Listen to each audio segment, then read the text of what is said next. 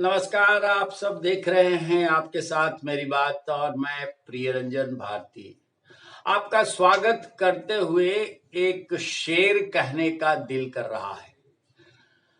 आप भी सोचेंगे कि चुनाव हो रहे हैं लोकसभा के और ये शेरो शायरी कर रहा है, क्या मामला है। लेकिन तो बात सियासी ही है और चुनावी समर में बात जब होगी तो सिर्फ या शेरो शायरी हो या कोई बात हो, विश्लेषण हो, वो सब चुनाव से ही जुड़ा मामला हो जाएगा। शेर है वो दाग देहलवी का, चिलमन में सटे बैठे हैं, साफ छिपते भी नहीं, सामने आते भी नहीं। ये देहलवी साहब की बात पुरानी तो है, लेकिन बिहार में अभी महागठबंधन के अंदर बड़ा मौजू है। मौजू से मेरा मतलब है ये बिल्कुल सटीक बैठ रहा है। दल तो मिल गए लेकिन दिल मिलना अभी भी बाकी है। दिल मिलेगा भी नहीं ऐसा लगता तो है, क्योंकि दलों के बीच बन गई दूरियां कम हो गई, गठबंधन बन गया, महागठबंधन नाम पड़ गया, इंडिया अलायंस नाम पड़ गया। लेकिन इनके बीच में जो दूरियां हैं वो कम नहीं हुई है। अब मैं आपको बताता हूं कैसे दूरियां कम नहीं हुई। आपने खबरें देखी होंगी, सुनी होंगी, पढ़ी भी होंगी कि तेजस्वी यादव खूब धुआंधार सभाएं कर रहे हैं और तेजस्वी यादव को दिखाया जा रहा है कि बड़े सूरमा हैं, वो बाजी झटक लेंगे और इस बार डंका बजा देंगे जीत का। लेकिन आपने गौर किया होगा कि उनके साथ है कौन? एक बंदा, विकासशील इंसान पार्टी वीआईपी का मुकेश सहनी, जिनका रिकॉर्ड है हारने का, जीतने का और जितवाने का रिकॉर्ड नहीं बना। आप 2014 से देख लीजिए। अभी इसी चुनाव से पहले उन्होंने एनडीए से, यानी राष्ट्रीय जनतांत्रिक गठबंधन, बीजेपी का जो गठबंधन है, उसके साथ तालमेल की गुंजाइश बढ़ाई थी, बात बनी। इनको वीआईपी सुरक्षा भी, वीआईपी पार्टी भी है और वीआईपी सुरक्षा भी मिली। लेकिन ये पैतरा बदलते रहे और आखिरकार इन्होंने पाला बदल ही लिया। चले गए तेजस्वी यादव लालू यादव के बेटे के साथ। भाई ये कोई बात हुई? खैर, अब इनका मन मिजाज, दिल इन्होंने मिला लिया तेजस्वी यादव से। तो मैं कह रहा था कि बस तेजस्वी यादव और वीआईपी नेता मुकेश साहनी ही धुआंधार प्रचार कर रहे, और अब इनकी जो वीआईपी सुरक्षा थी वो हटा ली गई, तो ये एनडीए सरकार पे, यानी मोदी सरकार पर तंज कस रहे, बुरा भला कह रहे हैं। आसमान में उड़ रहे थे और नीचे आए तो पता चला कि इनकी वीआईपी सुरक्षा हट गई, तो तंज कस रहे हैं। अब आप तंज कसिए जो कुछ भी, लेकिन आप वीआईपी की सुरक्षा आपको भला क्यों मिले?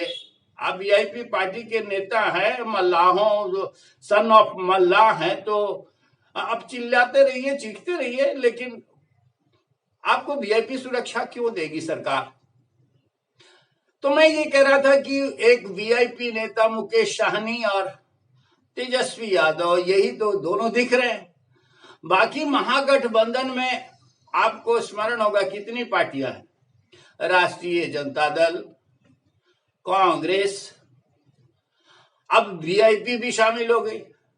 उसके बाद भारत की कम्युनिस्ट पार्टी, जिसे सीपीआई कहते हैं, सीपीएम, और न जाने कितनी पार्टियां हैं। ये बिहार में महागठबंधन है। वैसे केंद्र में इसे जो इंडिया गठबंधन INDI ये बना था, उसका ही हिस्सा है बिहार में।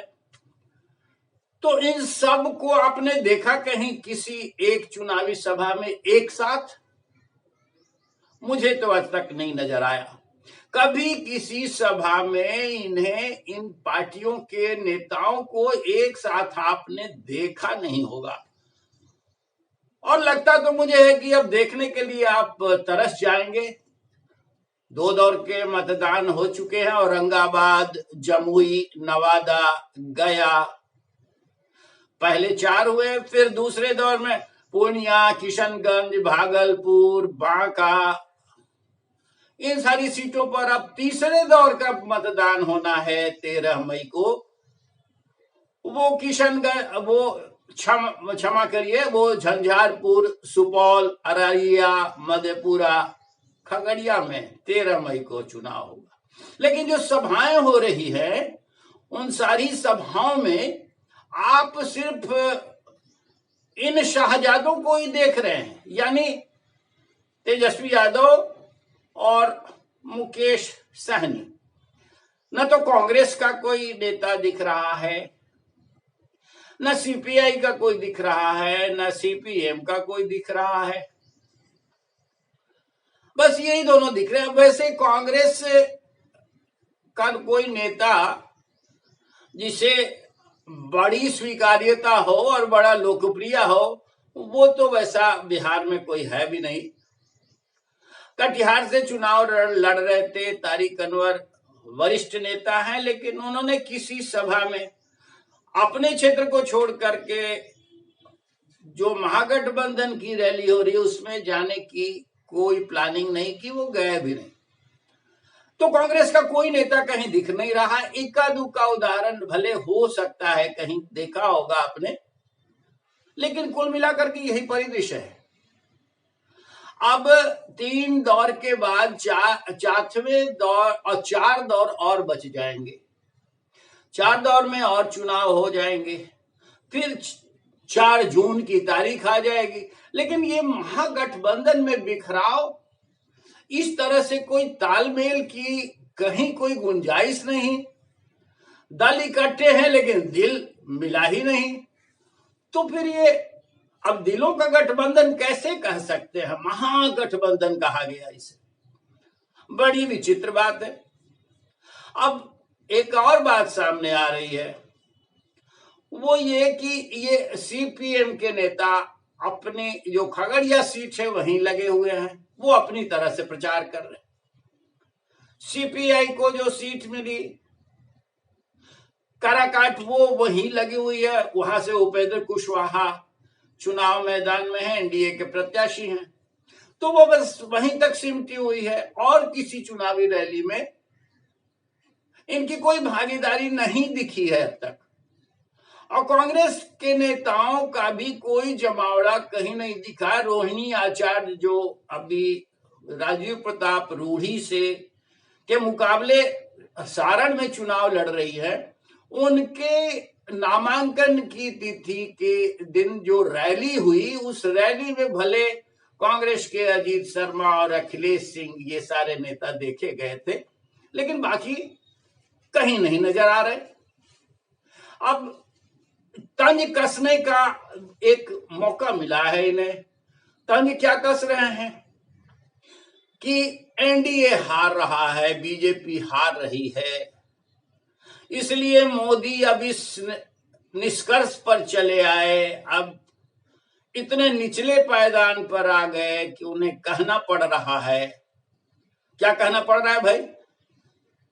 कहना पड़ रहा है कि कोई भी उम्मीदवार हो, आप समझिए कि नरेंद्र मोदी ही यहां का उम्मीदवार है। अरे भाई, चुनाव का पूरा परिदृश्य पूरे देश में आप नजर दौड़ाइए तो ये प्रधानमंत्री का चुनाव हो रहा है, लोकसभा का चुनाव हो रहा है। अब लोकसभा का चुनाव केंद्र की सरकार बनाने के लिए होता है, उसमें प्रधानमंत्री और केंद्रीय मंत्री परिषद का गठन होता है।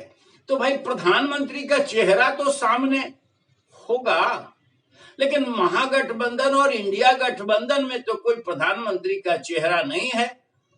और एनडीए में साफ दो टर्म से, यानी 10 सालों से दुनिया भर में भारत का डंका बजाने वाला प्रधानमंत्री खुद कह रहा है कि हमें तीसरा मौका दीजिए, हम भारत को सोने की चिड़िया बनाकर पूरे दुनिया में नाम खिलाकर रख देंगे। तो गलत क्या है भाई? प्रधानमंत्री का चेहरा है तो सही सामने, और वो बढ़िया काम करने वाले प्रधानमंत्री का चेहरा है, और दूसरी तरफ कोई चेहरा ही नहीं है। तो अगर प्रधानमंत्री अपनी रैलियों में ये कह रहे हैं कि आप मोदी को ही देखिए, तो ये गलत क्या है? अब इसको इस तरह से देखना, और जो हमारे साथी ये कह रहे हैं कि मोदी हार रहे हैं इसलिए वो इस स्तर पर आ गए, भाई आपके देखने का चश्मा थोड़ा उल्टा है।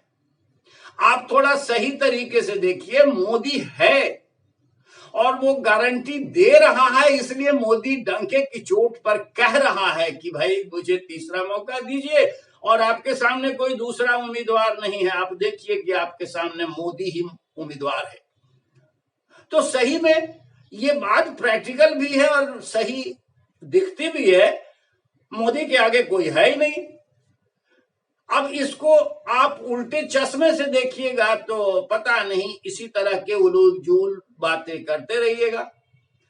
लेकिन आपको ये नहीं सूझ रहा है कि महागठबंधन और इंडिया गठबंधन में दाग दहलवी की शायद ही फिट हो रही है। दल तो मिल गए, दिल का मिलना बाकी है। मिलेगा भी कि नहीं मिलेगा, कोई यहां गिरेगा कोई वहां गिरेगा, अब 4 जून को पता चलेगा। लेकिन ये दिल मिलने की बात तो संभव दिख नहीं रही है। अब देखिए आगे आगे होता क्या है। लेकिन हाँ, आप देखते रहिए, आपके साथ मेरी बात, और बने रहिए हमारे साथ।